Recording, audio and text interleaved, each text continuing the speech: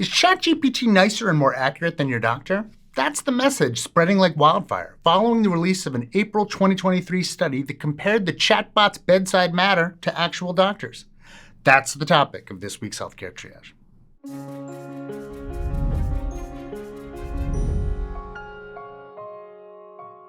We recently had the pleasure of partaking in a 1-hour Zoom call with some of our viewers, thanks to their amazing support of the project for Awesome. During that call, we started talking about ChatGPT. It was a winding conversation that led us asking ChatGPT to create some healthcare triage shoes, and it did, and then show us what I would look like wearing them, and it showed someone else. Rude. After that, we started talking about a recent study on ChatGPT that made some waves in the media. The impression we all had was that the study showed ChatGPT being both more accurate and more empathetic than doctors when answering people's medical questions. So, is this artificial intelligence chatbot more empathetic than your doctor? And does it deliver higher quality information?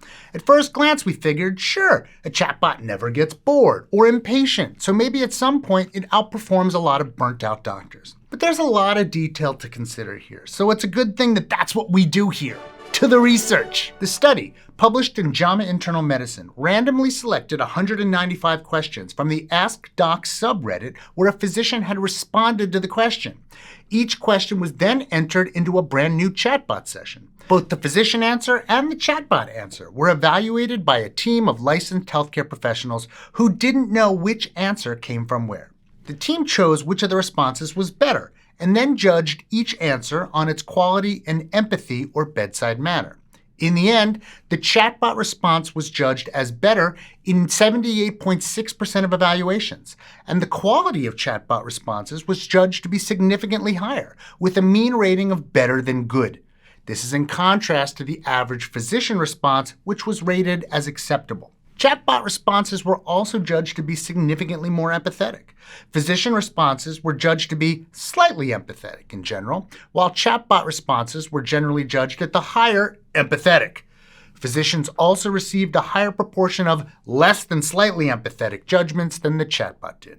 An important distinction here that is not at all clear from the language used in the paper is that quality of information did not necessarily mean accuracy of information. Quality of information was not defined anywhere in the paper. It's only when you get to the limitations section of the discussion that you realize quality might not mean accuracy, but you're then left wondering what it does mean. The authors state that the healthcare team evaluating the responses did not specifically address accuracy or fabricated information. However, they then state that these things were considered as subcomponents of quality. We honestly have no idea what that means. The paper does mention that chatbot responses were longer than physician responses, so perhaps this was a factor that influenced the judgment of quality, but we don't know for sure because this may also have been a factor in judging which response was better. And speaking of the results on which replies were better, those judgments appear to have been a matter of personal preference on the part of the judge, which is hardly scientific, expert judges or not. The same appears to be true for all judgments made, with no set criteria for determining superiority. As for the chatbot receiving the distinction of longer answers and better bedside manner, we think it's fair to say that this is a very context-dependent judgment.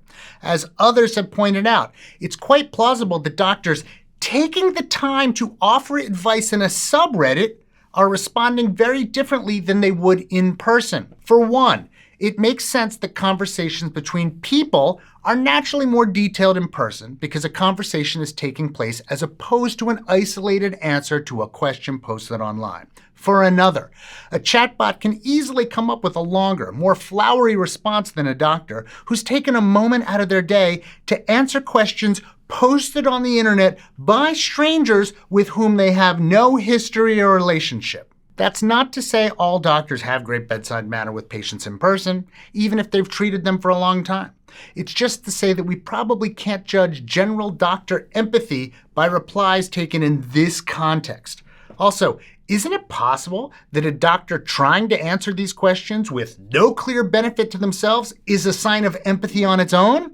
We don't know for sure, of course, but we certainly can't rule it out. We definitely think there's a place for AI in medicine, and perhaps this study will provide a jumping off point for figuring that out, but it definitely did not live up to the hype it stirred.